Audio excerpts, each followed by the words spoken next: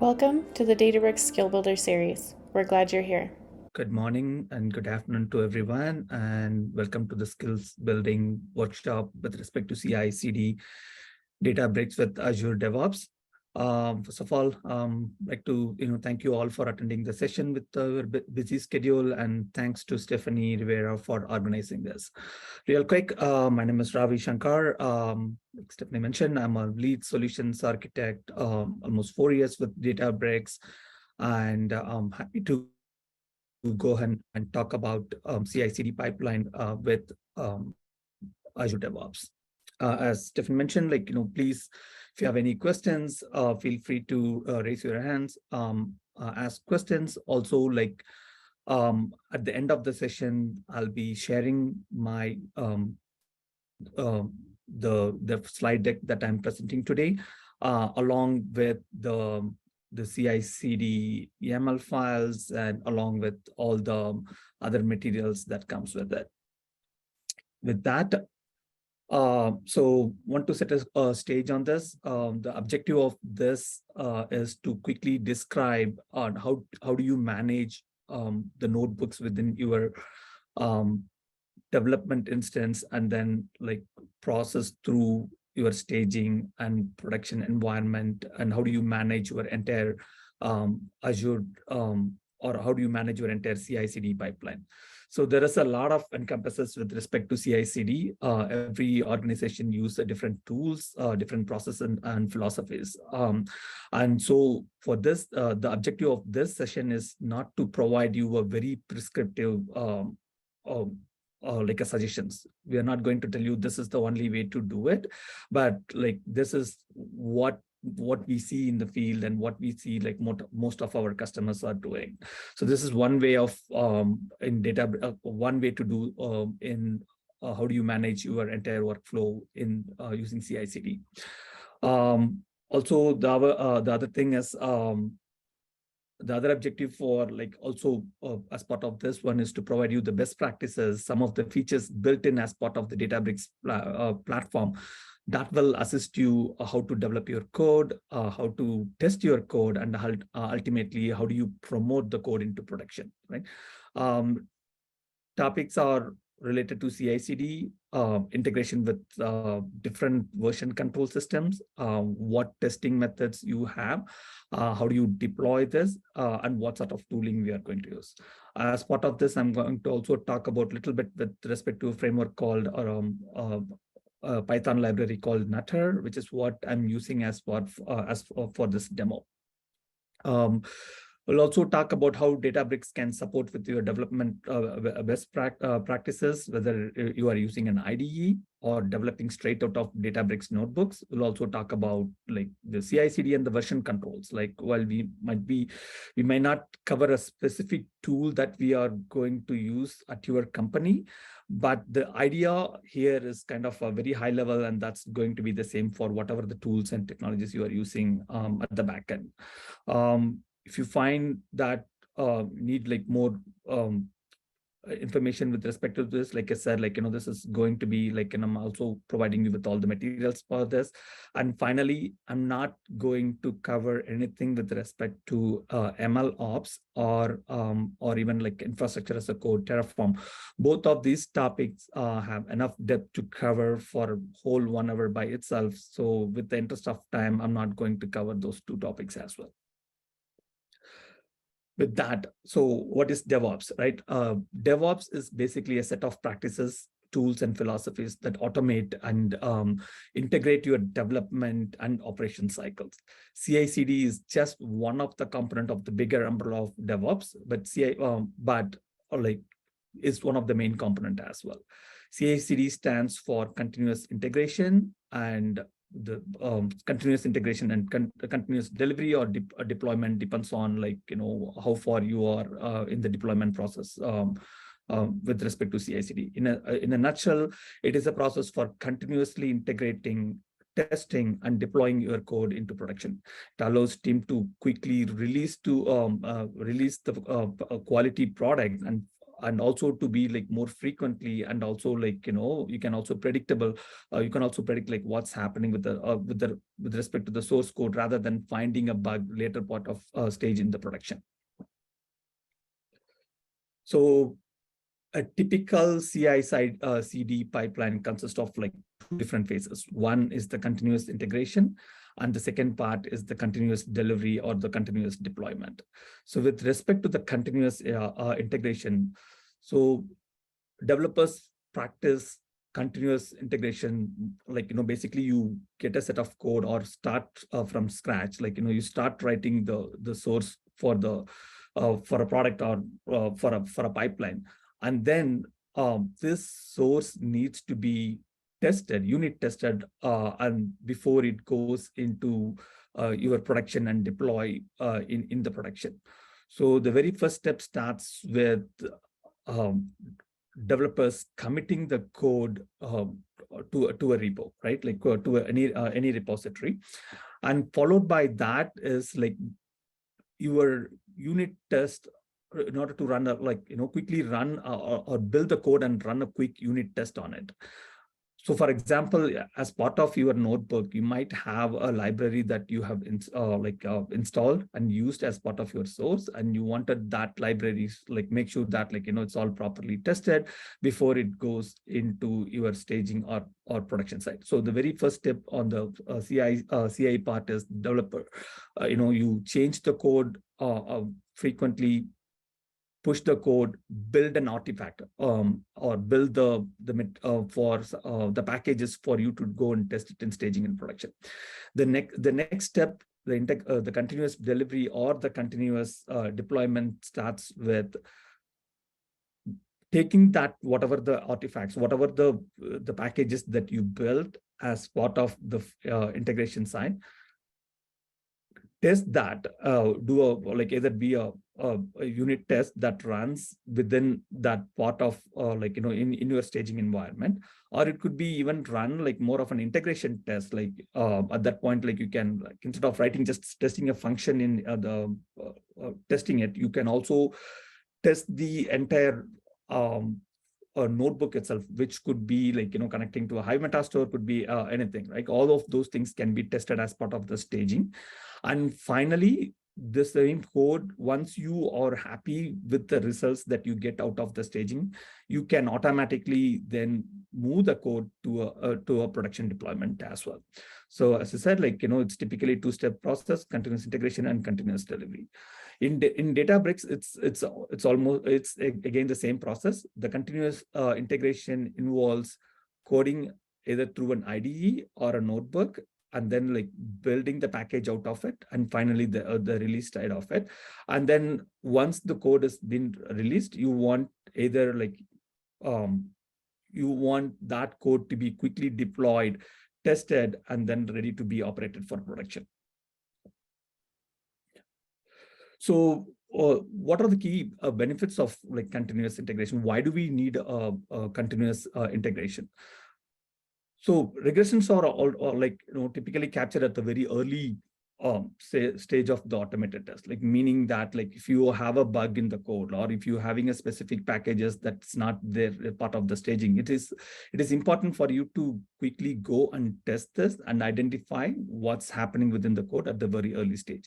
Also, we need to have a easier process to quickly move the artifacts or the packages from your development instance to a staging environment, and quickly do an integration test as well. So that way, like you are not finding any major bug in the production. And also it like definitely makes the QA process more also the QA team can spend less time testing this, identifying what's happening on this. So if you do the majority of the testing by yourself and confident with the code, then it the process once it gets into the QA side, it makes the life easier for the QA team as well.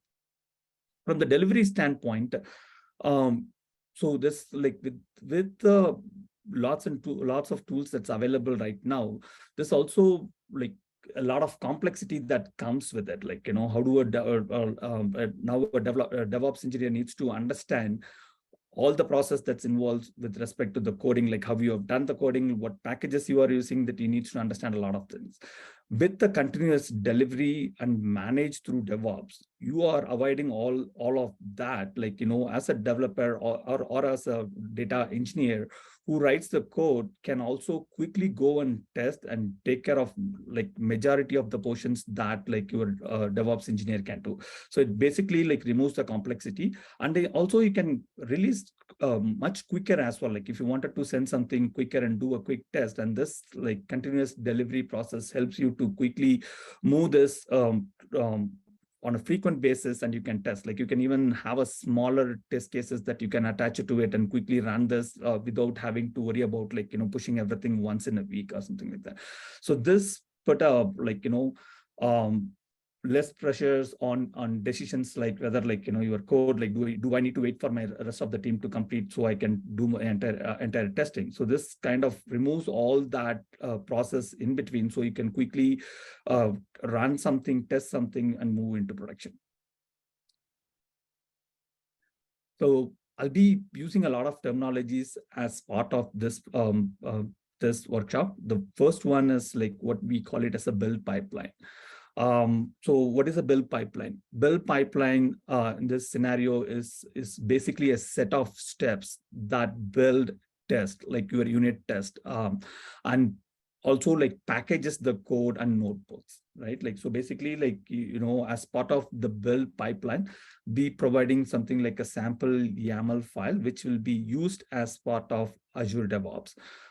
So the main three components, I would say, like as part of Azure DevOps, we'll be talking in this workshop again and again, would be one is the build pipeline, which is like building the steps that involve to build the development code.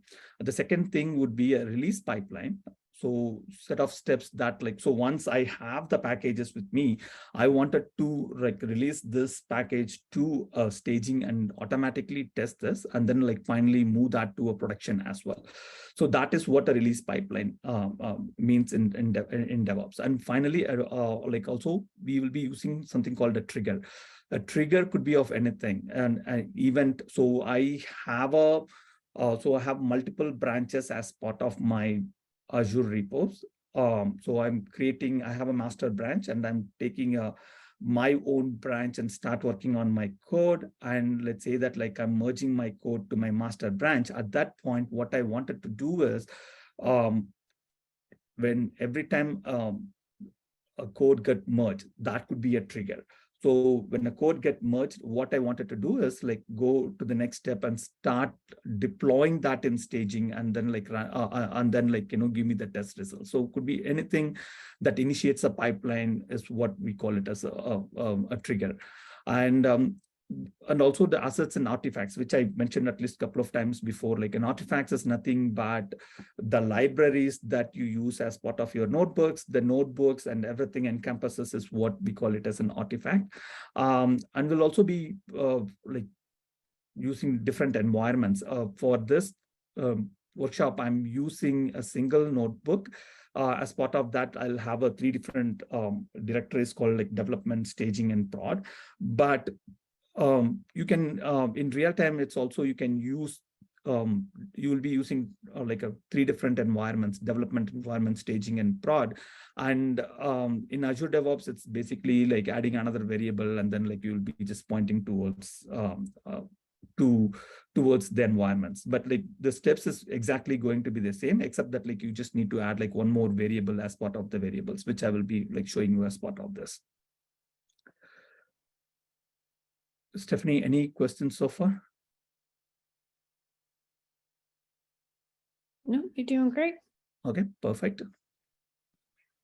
So, a typical workflow so there's 3 different ways to write test your code in Databricks. So the workflow number 1 is basically like you might be having a team that working only on notebooks alone.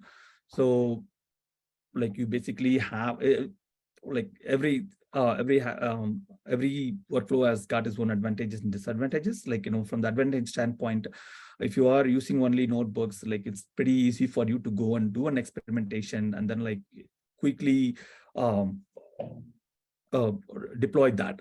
But like what the also, like, sometimes it's going to be like when you wanted to automate the whole process, like it's going to be, you may feel like little difficult with respect to notebooks, because like now some of your other team might be using IDE based workflows as well, right?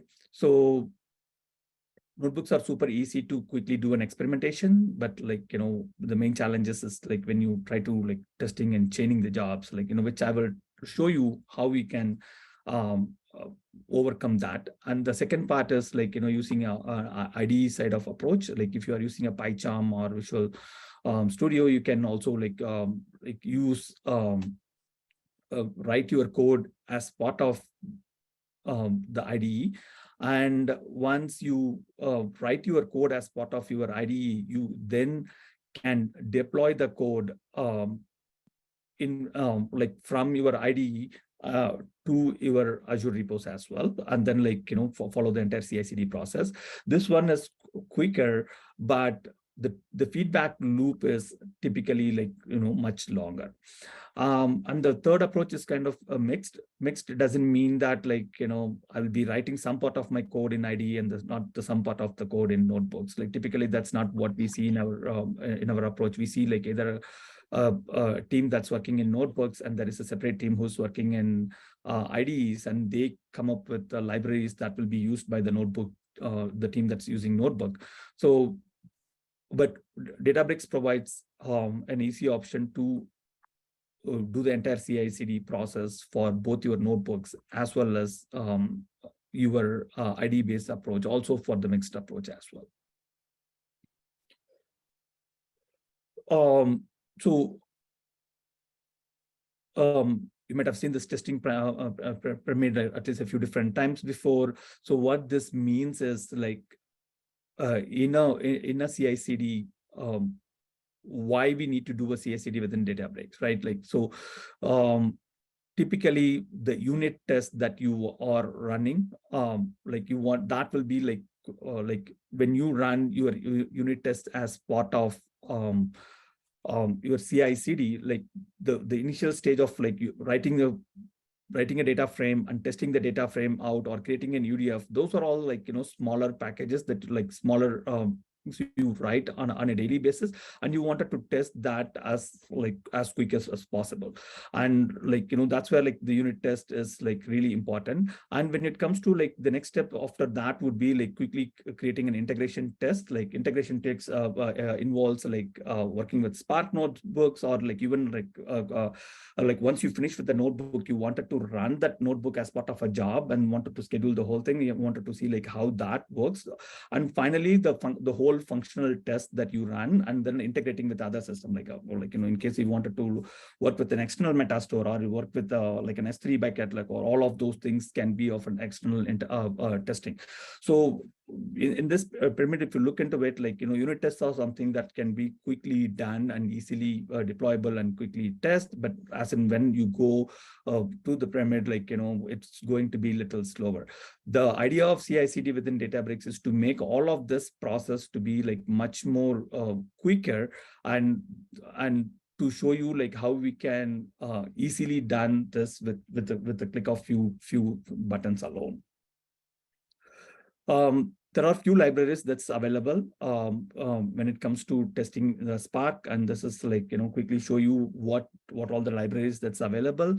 Like I said, like this is like will provide you with the GitHub link and with all the information how to do the testing on your own on this. For the testing, I also have the Chispa framework that I'm using as part of my code as well. So before I go into the demos and the individual strategy, I'd like to repeat that these demos are not like set to show or a definite way of build and managing your CI/CD, but rather than this is the main aim to like introduce you to the different tooling which is available using CI/CD with Databricks. So with that, before, so there's two steps with respect to Databricks. One I wanted to talk about is like before Workspace 2.0 and after Workspace 2.0. So before Workspace 2.0, what happened is like so there is like you see there is a development staging and a production environment that on the top of it, and there is on the bottom of that there is a local environment followed by the CI/CD process, like a branch master and a build server, right? So before Workspace 1.2, with repos not introduced, what we used to do is like you have the notebook and you develop as part of the local environment, and then like you import that as to the development environment, from which the notebooks are then pushed like pushed to a versioning control, could be GitHub or like Azure DevOps, and then we build everything and push that towards like a staging and production environment.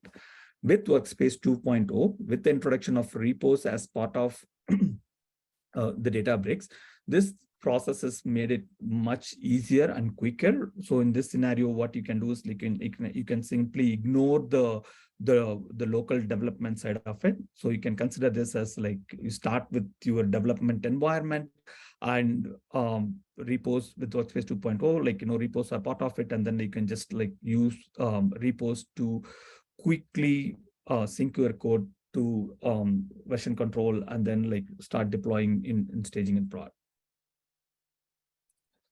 So let me go into the next one. So this is a pictorial representation of the steps that we will be doing today. Like if I want you to take like one thing out of this workshop, that is this slide. So what this means here is I have three environments here. One is the development environment, and the other one is a staging and production. As a developer, a data engineer, or a person who's writing the code, I write the code as part of my development instance, and then commit the code to my repos. So it's like GitHub, but it could be Azure repos. So I'll commit my code to Azure repos. As and when something gets committed to Azure repos, what I wanted to do as the next step is take that code, check out the latest version of the code from that branch, and then I wanted to run a few different tests as part of it, and get the test results from that from the staging environment. So this is a development instance. I'm pushing the code, and then like goes into the staging instance. Like I'm getting whatever the code that's there, trigger few tests, pull the test results out of it. And if I'm happy with the test results and the same test, then the same code base can be then triggered to a release pipeline. And that release pipeline deploys the code into the production. Before this, the code is getting deployed in production, you can also have somebody who's manually going and approve the code. And as part of the demo, I'll show you like, how you can do that. Like, so this is exactly what I'm going to show as part of this workshop or demo. Like I said, in the notebooks, if you go into log into Databricks environment, you will see repos there, which is where like you will be pushing your code towards your staging and prod and production environment. The other thing I wanted to quickly cover on this, which I'm thinking at this point is in the interest of time going into the notebook and show this rather than like with the slides. Let me go to the slide notebooks and show directly on that.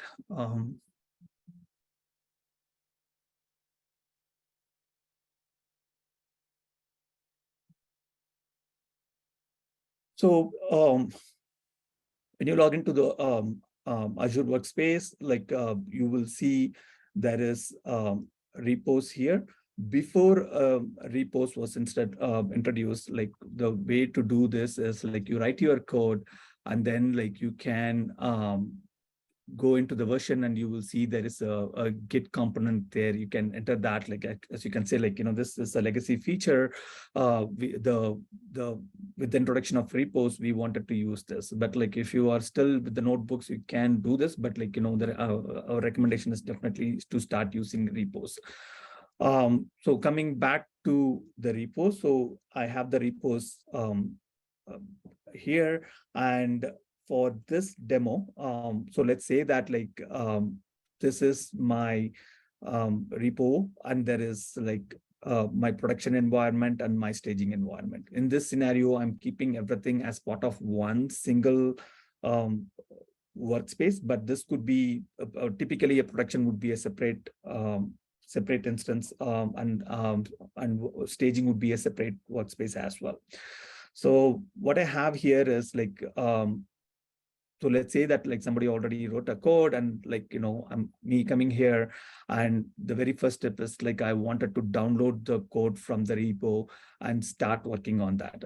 The first step is like, you click the add repo, and then like you will see an option here to select which provider are you going to use for this. So in this scenario, I already have, I'm going to use Azure DevOps. I can select this, and going into my Azure, I can quickly go and let's go into my Azure. So this is like, this is my organization, and I can quickly go and create a project out of it, and then I can basically like copy like, this information and put it as part of my notebook environment. Sorry. As part of my notebook, so it will automatically understand like what's happening with this, like, and then say like a create repo. What happens when I do that? Like, it's going to take all the code that's part of that repo and then like add it here as part of my workspace. So once I have it, so typically there is like, I'll start writing the code, like, so this one way of writing the code is like, you'll be like quickly going into the notebook, start writing your code, do some testing. But in typical real-time scenario, it's always not like, you'll be working with one notebooks, right? Like you'll have your notebook, and there is like, for example, like, you are writing a notebook that is focusing on getting a data, like an ingestion pipeline. The next could be a next set of notebook would be basically like do a transformation, and the third set of notebook could be well, like a machine learning, and finally like you are like this encompasses the entire pipeline, right? So in scenarios like this, what you will be doing is like if I run my code with you will use something what we call it as a percentage run, right? Like, so I'll call like, percentage run code 1, percentage 2 code 2, and also like, want to quickly introduce what I call it as a nutter. Like what I'm using here is a nutter, which is like nutter is a simple Python library that that helps you to run unit test in Databricks notebooks.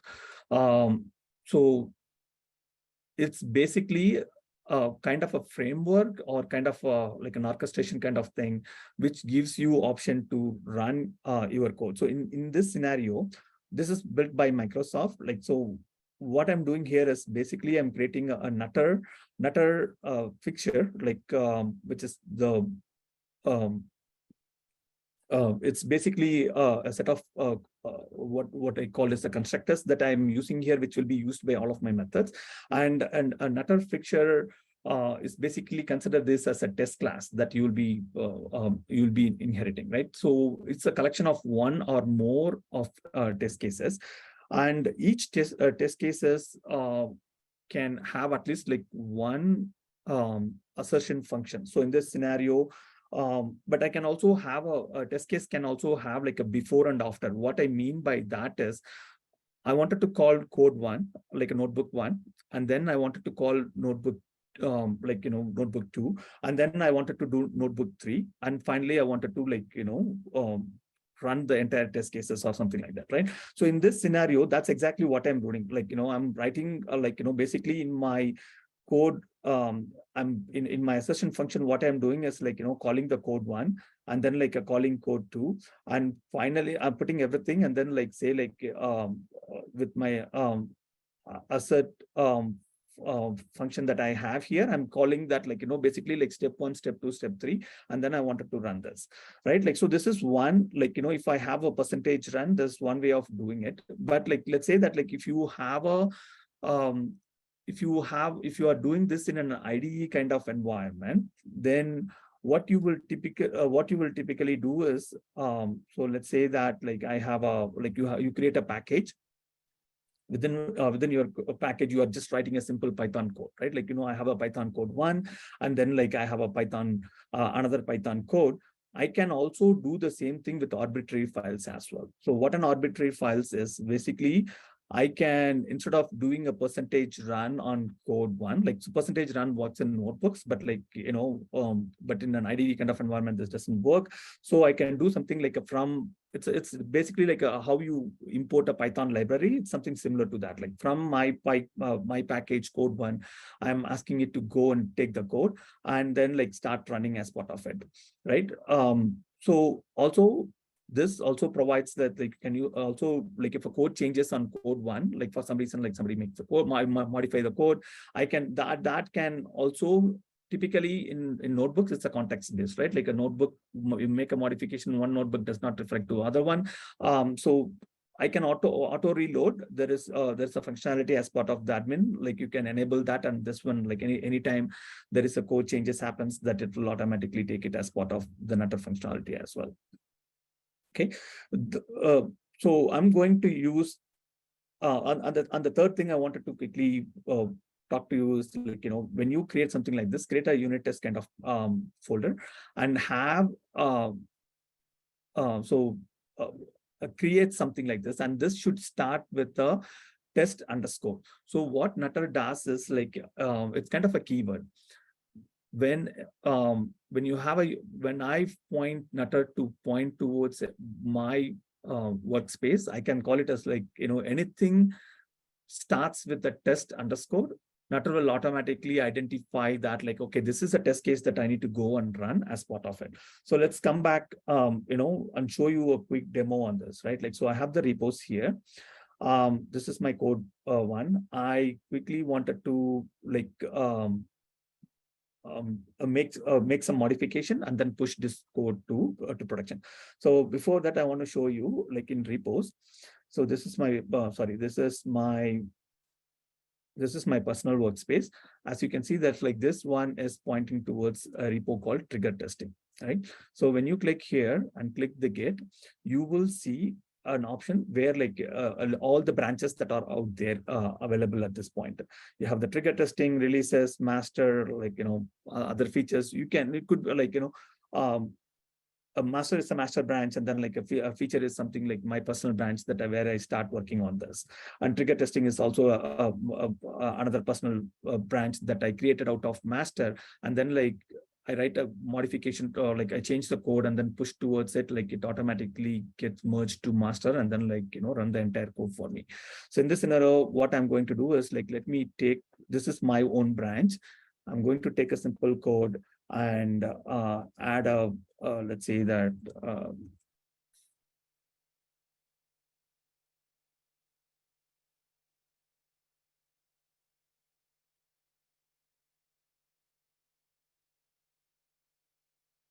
or it is a temp view. So now I made a modification to in my repos. What I wanted to do is just go and push this code towards my to run this. I wanted to do the entire testing. So as soon as I do this, what you can see here is I get identify the code change that I have done from my previous one, and I can quickly run a commit message here. So in this scenario, I'm going to call it as added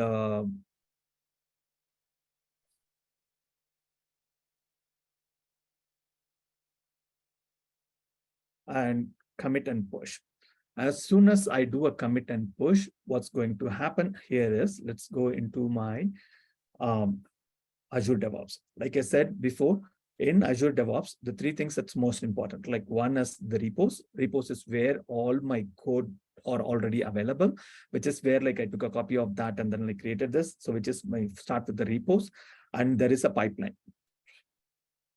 And pipeline encompasses like a build pipeline, and there is a release pipeline, right? So with the repos, so I made a change. I committed this change to my I pushed the code to repos. So what happens then is then it automatically calls my a build pipeline. I will show you like what I put it in as part of my build pipeline. So this is the comment I wrote as part of that. I create a temp view comment on this. If you look here, what happens as part of the build is, this is my build pipeline. So what happens as part of my build is, it's doing a few different things, and then like it's also executing my my tests actually in my staging environment. So let's go back like until this takes like a couple of minutes to run, until like let it go. In the meantime, I wanted to quickly go and show you how the pipeline looks like how the build pipeline looks like. So let's go to the pipeline.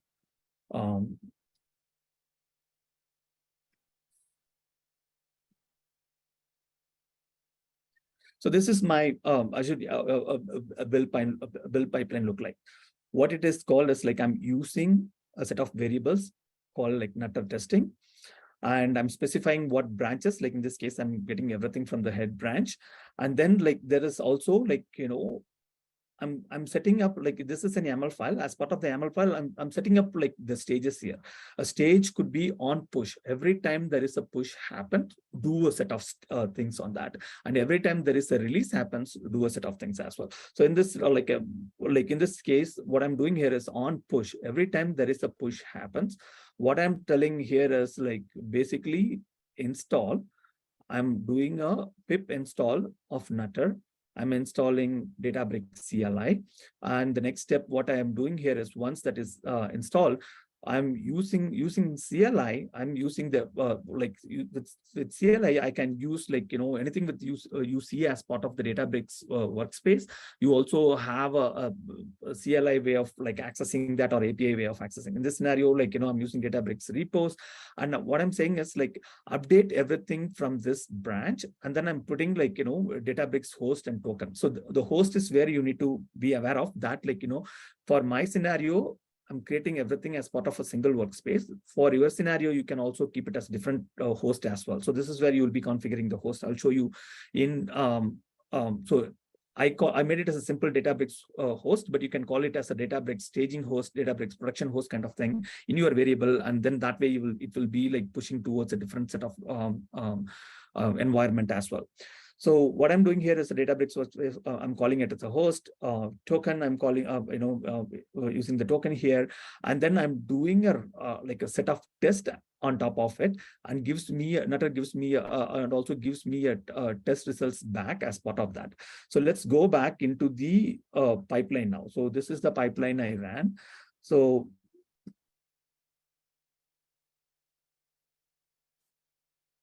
yeah, this is the pipeline I ran before. So let's go in and look into the pipeline. So it's completely passed. So what it does is like it used Python 3.8, like which I specified as part of the YAML file, and then like it's getting the latest branch, and then like it installing all the dependencies that's needed for that, and finally like updating the staging environment. Whatever the change that I have done now, it's now will be reflecting in my staging environment.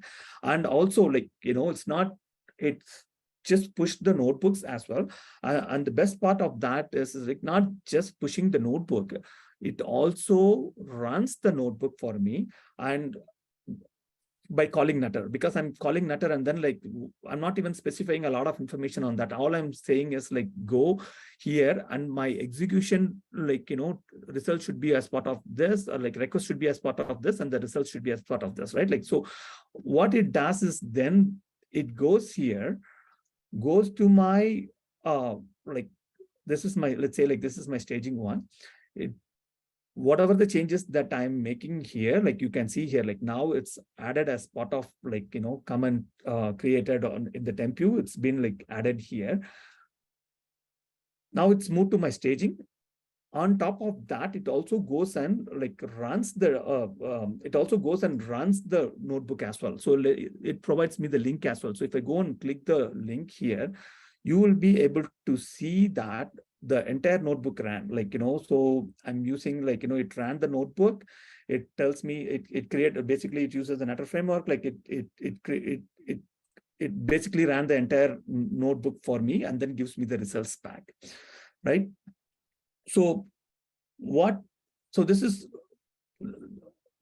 if you think, going back to the slide that I showed before, development code has been synced to my repo. Repo calls my YAML file. Yeah, within my YAML file, I'm installing my as part of the YAML file, as part of the build pipeline. I'm using the YAML file, which is installing my Databricks CLI, Nutter, and then it runs the code for me. And then it provides me the information as well. Like, so let me go back.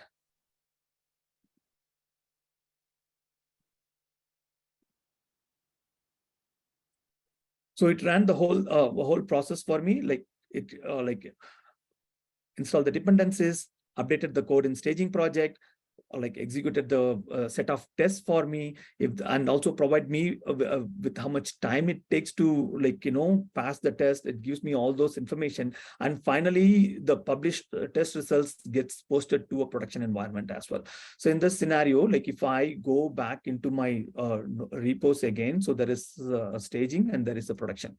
So if you go into my production notebook, and say, look into like whether the code has been updated here, like you see, like, there is like, there is nothing updated here. There is the reason behind that. So let's go back and look into my release pipeline. If I go and look into my release pipeline, this is my release pipeline. By the way, like creating this build pipeline, release pipeline could be sound really complex, but like with the template we already provide you, it's pretty straightforward to go and do it. And the release pipeline takes like exactly 2 minutes to create one. So how does my release pipeline look like? So basically, like why the whatever the changes that I sent, like why it's not like it reflected in staging, but it's not reflected in my production. There is a reason behind that. Like, so the reason is like I'm calling it as an approval process in between on this. And once I go and approve this process, let's say that like, yeah, this is good, like go and approve it in production.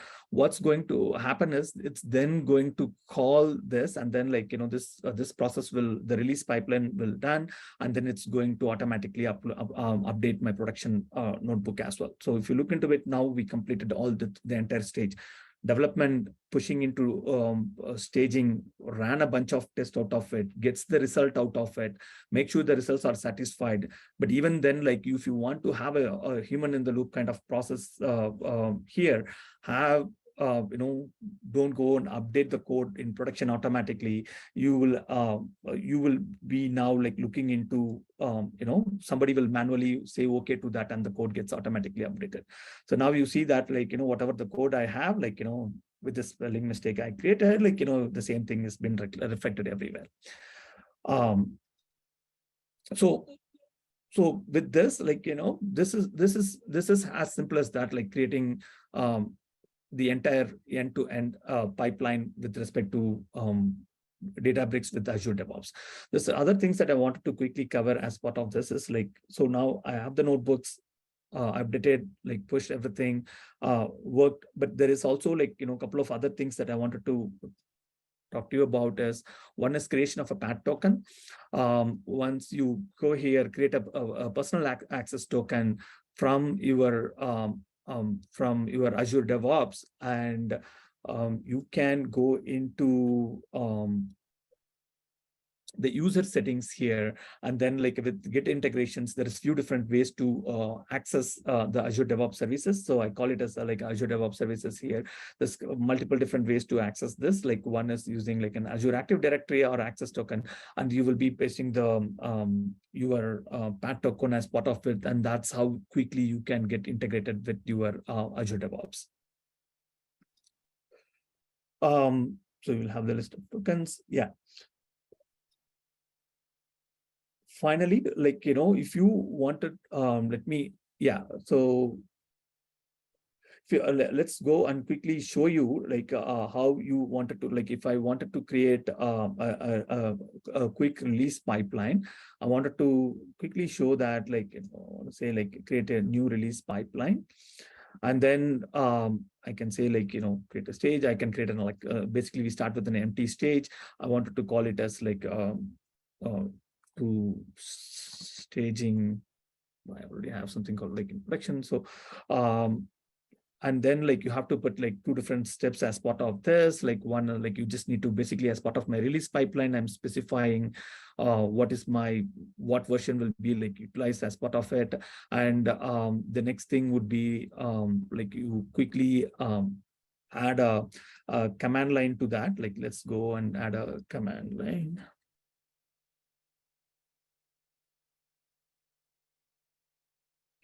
So as part of this, I just need a this is the what the notebooks that, like, a Git repo we'll be sharing as part of that, like, which has got all the information as part of this. So I can go and sorry. So what this is going to do is, like, install a pip install of my Databricks CLI with repos, update my code in production. I'm not running anything in production. I'm just sending it to my, like, whatever the branch that I wanted to send it. I wanted to call it as a, like, to send it as a master branch. I can just specify this and save here. And so yeah, the other thing is, like, forgot to mention here is what we call it as a variables. So as part of Azure DevOps, what we have something called is the libraries here, which is where, like, you will be specifying a set of variables. So for this Nutter testing, I have a set of variables that I already configured. One, I wanted to use the same cluster ID. I'm also specifying the Databricks host here, and a Databricks token as part of this, and then like a production directory and a staging directory, right? This is how the code is getting, like, pushed to my production and staging. This is what I was talking about. Like, I can have a Databricks host. I can create multiple hosts here and call it as a Databricks staging.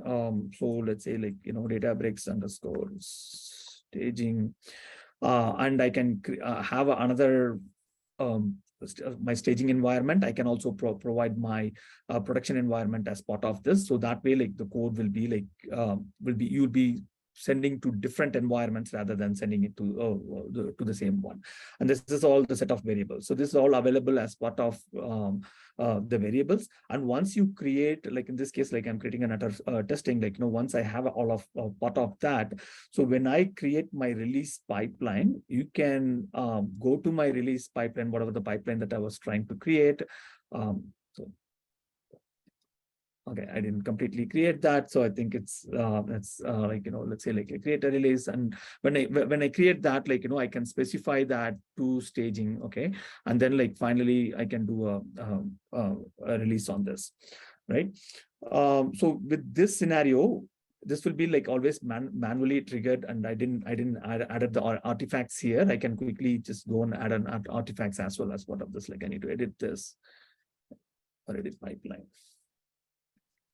So one, I created the staging, and then, like, I need to specify, like, what is my artifacts, right? Like, where are my artifacts? Like, I can specify the artifacts, and I can also specify the basic branch, and, like, you can add that as part of the branch. And you can say, like, when you wanted to a pre-deployment condition that you wanted to add, you can click the pre-deployment conditions here, and you can say that, like, what is my pre-deployment condition would look like, pre-deployment approval. This says, like, I can just specify. It always needs to go through a approval stage with this. Can save this.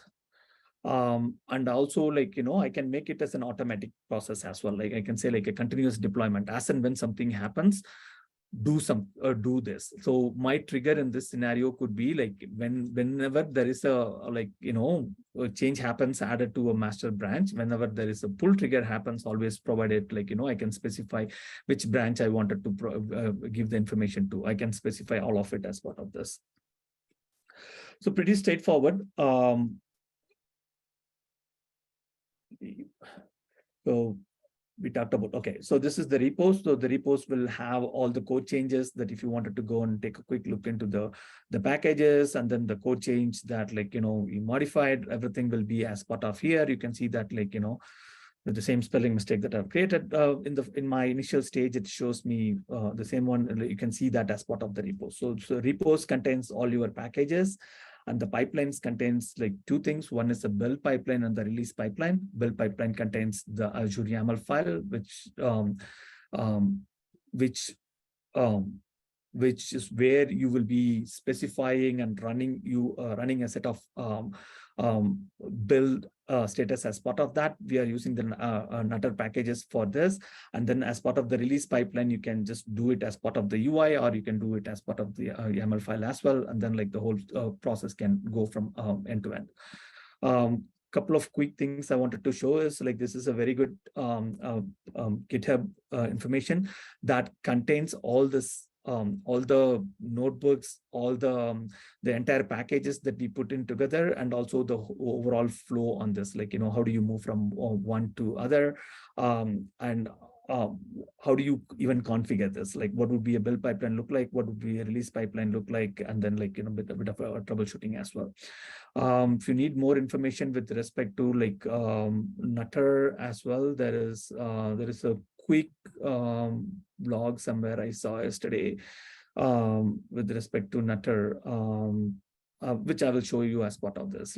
So that's all. From the demo standpoint, let me know if you have any questions, and I'll happy to give you more details. Awesome job.